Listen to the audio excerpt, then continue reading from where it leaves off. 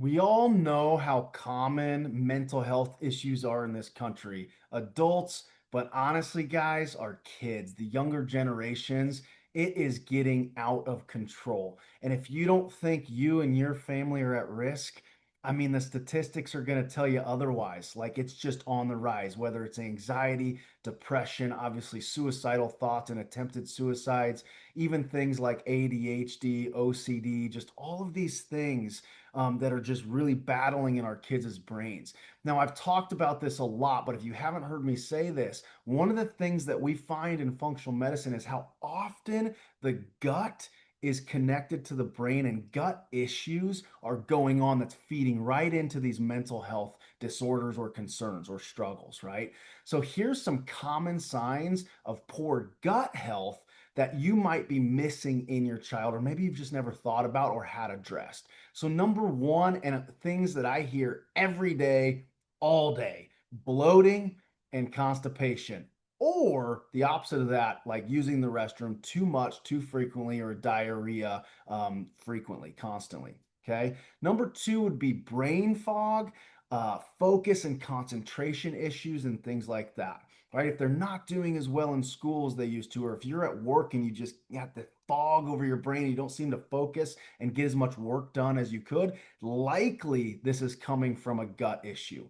Number three is anxiety, irritability, moodiness, like all of those, that spectrum of feelings and emotions, so directly tied to certain gut bacteria or overgrowths of bad things inside your gut.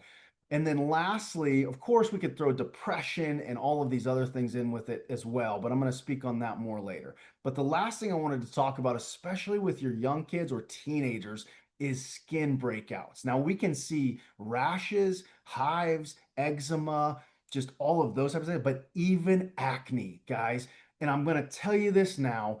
In the future, I'm going to do some more videos and education on birth control. But if you're putting your young girls on birth control strictly for the use for to decrease acne, you really, really, really, I'm going to beg you to think twice about that because there's some major consequences that the research has shown over time that with these birth control medications and how they affect long term not only fertility and other reproductive risks, but also things like the thyroid gland. 200+% more of a chance for someone to develop a thyroid disorder if they've been on birth control for a set period of time. We'll go over that more in detail, but things you got to think about. So here's what you need to know.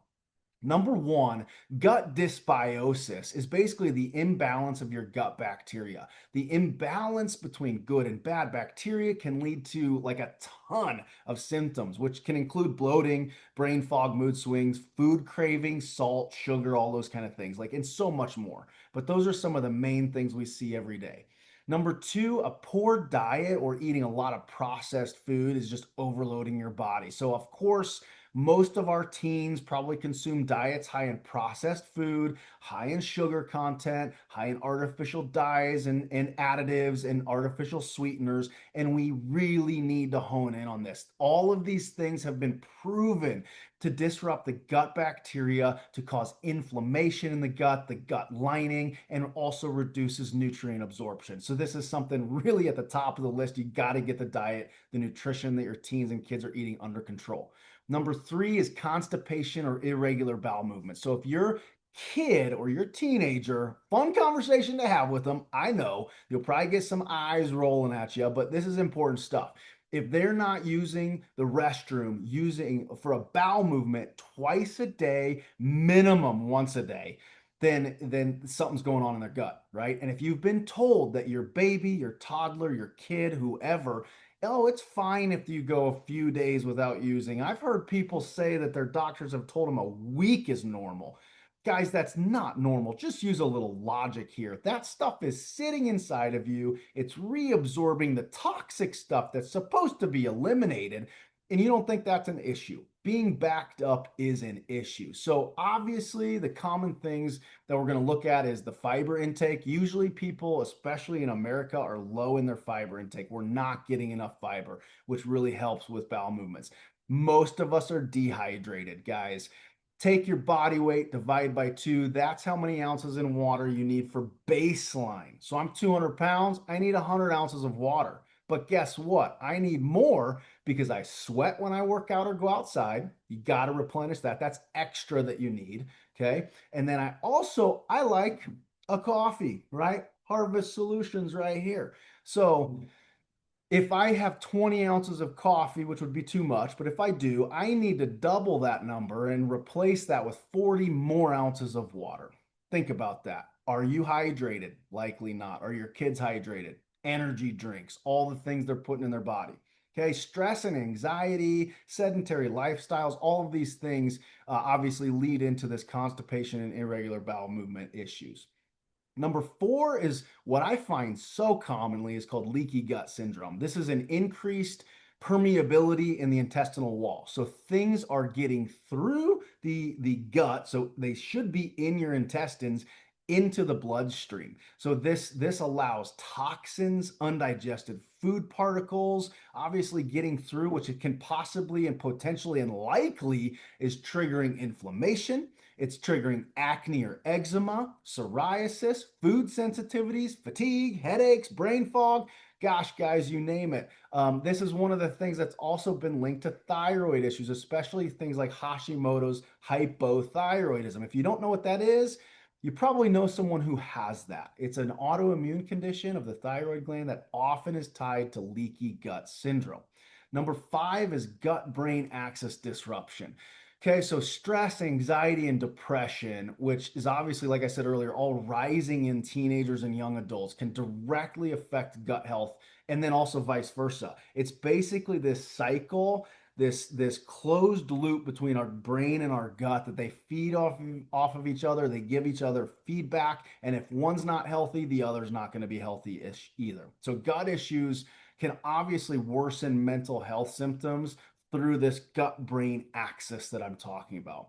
Okay, so teen gut health, kid gut health is more important now than ever. If you want to have healthy kids, you got to check their gut health. Okay, number six is food sensitivities. So teens may be reacting to gluten, dairy, soy, processed additives.